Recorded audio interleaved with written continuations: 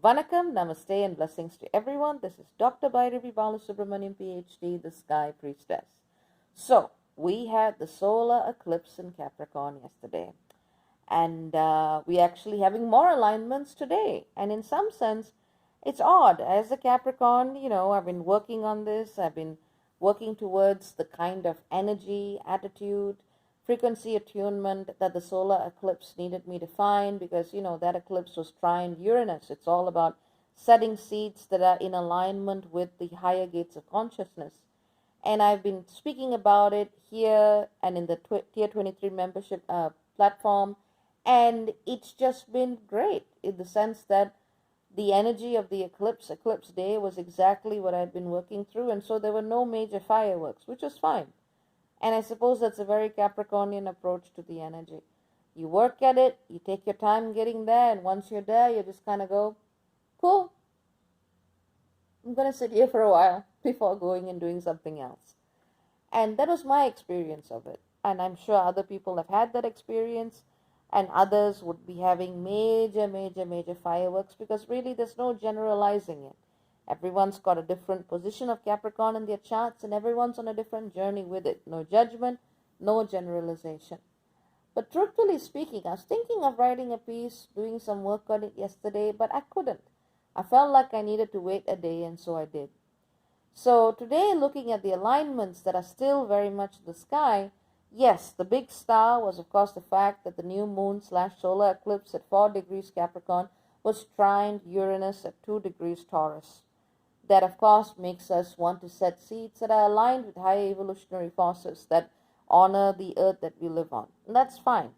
But what's also happening is that the fact that the solar eclipse and Jupiter, so solar eclipse at 4 Capricorn, Jupiter at 5 Capricorn, both of these bodies were also making two very significant aspects to Mars and Neptune respectively.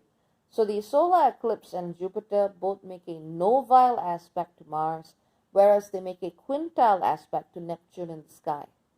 So the Novile aspect is basically something which you find in the 9th harmonic. The Quintile is what you find in the 5th harmonic. Harmonic charts are entirely different ways to find interpretive, or rather deeper patterns for interpretation and analysis in astrology. The Vedic system understands the ninth harmonic as the Navamsa chart. So some of you may be familiar with it. But when we have the solar eclipse and Jupiter making a Novile aspect to Mars in Scorpio, what that tells me is that this is an alignment which, we may not fully ever see in 3D reality, the metaphysical fruits of the intentions that we are setting and the actions that we are working on. But we will be seeing it more so in metaphysical levels and in more spiritual planes of existence.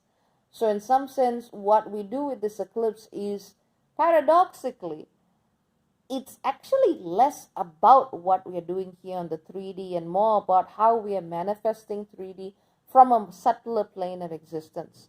And that is really the way I would interpret the Sun, Moon, Jupiter, Novile to Mars. Now, the Quintile to Neptune is also very similar in a certain sense. The Novile is very much about our metaphysical fruits of our labors, and the Quintile is very much about our creative genius, what it is we do, how it is we, take different elements together and alchemize them in ways that create a new product. So when the solar eclipse and Jupiter are both Quintile Neptune, what we see here is yet again the metaphysical paintbrush of spirit. So Neptune in Pisces is encouraging us to intuit, to create, to go beyond our usual experience of reality, and to let that creative inspiration set a seed for building a new world.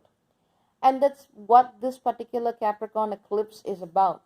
The structural changes that we see in Capricorn, the seeds of them begin elsewhere, and in completely different ways. So, even though at the 3D level, the focus is on matters of practicality and matters of getting things done and so on and so forth, the seeds of change come from truly spiritual places. And this is why, to me at the very least, this eclipse has felt so different, because I've been doing my work in the public eye and on myself to help people to spiritually attune themselves for the changes that need to happen. What is also important is that today we see the Sun conjunct Jupiter, which of course reactivates the Novile to Mars and reactivates the Quintile to Neptune. So that is actually getting reactivated today. And we need to look at the guides, the teachers, the pathways, the elders, the authority figures that we look up to, and to see how they facilitate us acting in alignment with these deeper spiritual promptings. This, in some sense, is a truly, truly breathtaking spiritual alignment.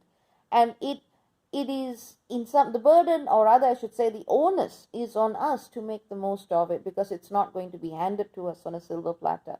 We need to make the most of our ability to attune and to align, to see just how spirit can transform what appears to be some of the most densest material structures that this planet has witnessed since the time of its creation, with, of course, humanity to thank/blame. But blame doesn't really help as long as, there's real accountability involved. So looking at these alignments, the Novile, the Quintile, the trined, Uranus, of course, to me, this is a very powerful seed that we are all collectively setting, and at different levels of our existence. We may not ever fully see the results of what we set now in our lifetimes. It may be something that actually carries through the generational line and pops up one day, and our descendants go, hey, where did that come from?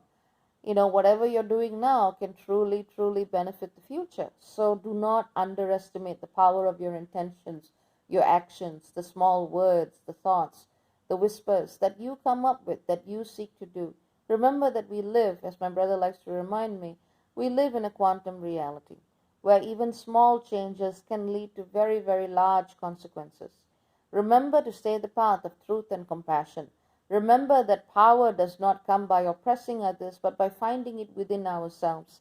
And that the only power over, if that paradigm has any relevance anymore, is really power over the aspects of ego that seek to control and define and contain in an unnatural way.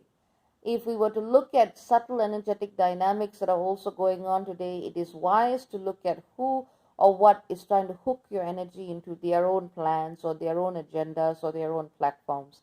Stay away from individuals and energetic sources that seek to do so, because you, me, nobody came here to be a battery. Any justification for that is frankly out of alignment. We are all blessed with an infinitely powerful, infinitely abundant access to source, and true empowerment is helping each person remember that they too are able to access that as part of their cosmic birthright. Your plans, your growth, your long-term vision should not rely upon the strength of others, but rather your own strength, or at the very least, your own strength as you, I would say the least/most, or I would say ideally, that's the better word, ideally your own strength, and certainly your own strength as you understand that it comes from your interaction with source energy. So yes, there's a lot that can be said about this alignment, about this eclipse.